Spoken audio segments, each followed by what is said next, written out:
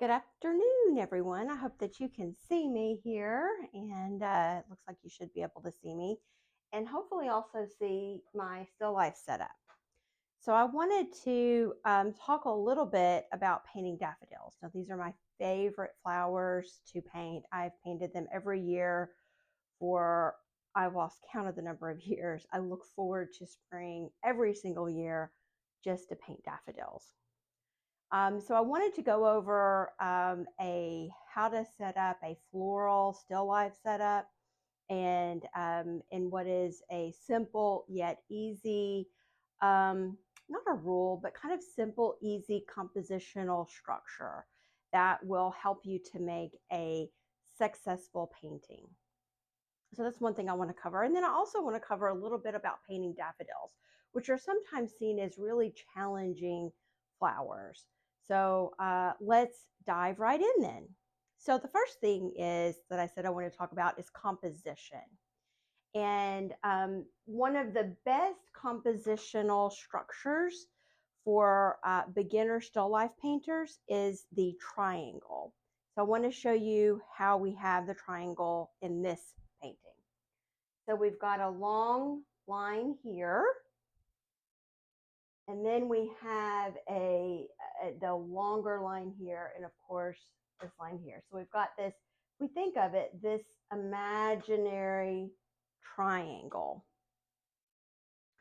And this is a very nice structure to have, a very easy structure to set up and to paint. So one of the things with this particular bowl is it makes it difficult to get the daffodils to be kind of standing up higher than this because they just end up leaning over and kind of leaning forward. But if we had a narrower vase, then that would make that easier to kind of get more of the height. So just kind of be aware of that there are limitations to every vase or structure that you put your flowers in, and just being aware of that and then working with it. So what I've chosen to do is to kind of group these three, and I'm going to paint these three more or less as one. Then we've got a little bit of a space, and we'll have another little bit of a space, the third one, this kind of third section, and then we've got this little one here on the ground.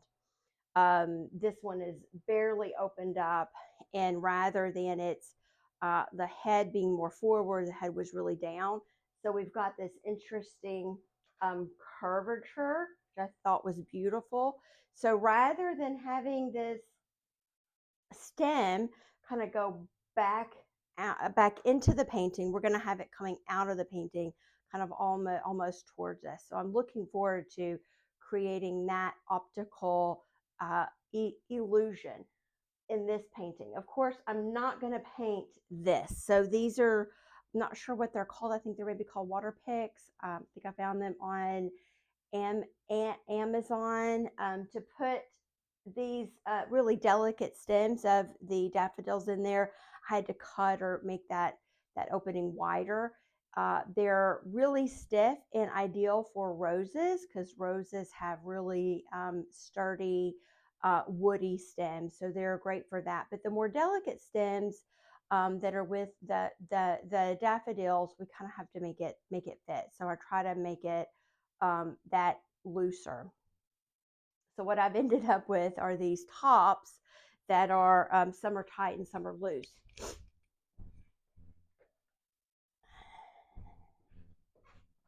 So here is what they look like. If you see me looking off to the right, I'm making sure that I've got this in the viewer. Okay, so these are just little water picks, and you just put water in here, and then you stick the stem down in through here. Okay, put these back.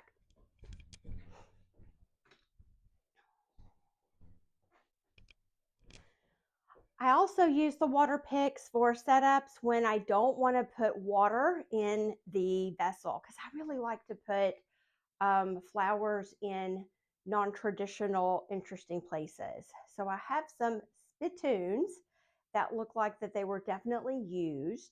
I don't have any interest in cleaning them out. And I certainly don't want to put water in there and run the risk of it leaking. Gross. Or putting flowers in that gross water that's gonna, so it's just gross. So if I put flowers in a spittoon or something else that I don't want to put water in, I will use those little picks for that.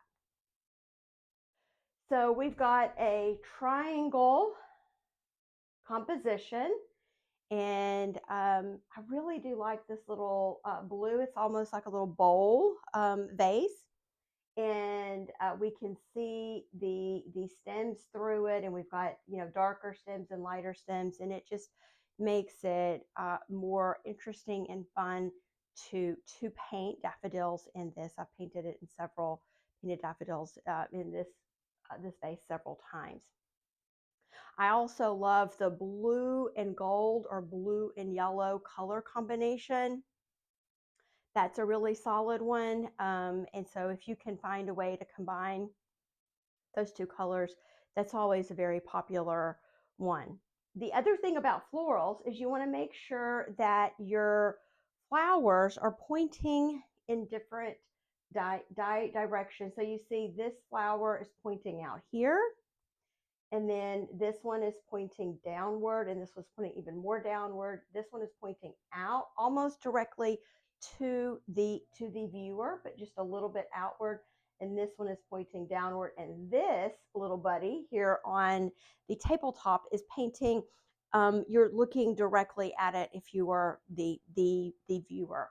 So if you can get your flowers your flower heads to be going in different directions, makes for a more interesting painting.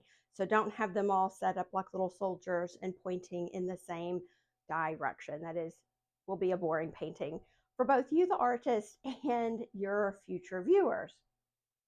What other tips do I have for this? With this setup here, you could paint it either a chiaroscuro, or you could paint it a light background. You could even paint it a medium or middle tone background. If you went with the chiaroscuro, you're going to want to focus on the light. If you went with a middle ground or middle tone background, what you're going to want to focus on is the color, both the blues and the yellows. And if you went with the light toned background, you're going to want to make sure you focus on and find as many dark accents as possible. And that what may be a challenge is trying to get these lighter parts here to be lighter than your background. So I think maybe the best setup for this painting to put the daffodils in their best light would be a middle tone background. So you could focus on the color of the blue vase as well as the yellow trumpets. Okay, so now let's talk about daffodils. Daffodils are in the Narcissus family. Paper whites are also a part of this family, and there are many varieties of daffodils. They're also called jonquils. Jonquils daffodils, same different name, same flower.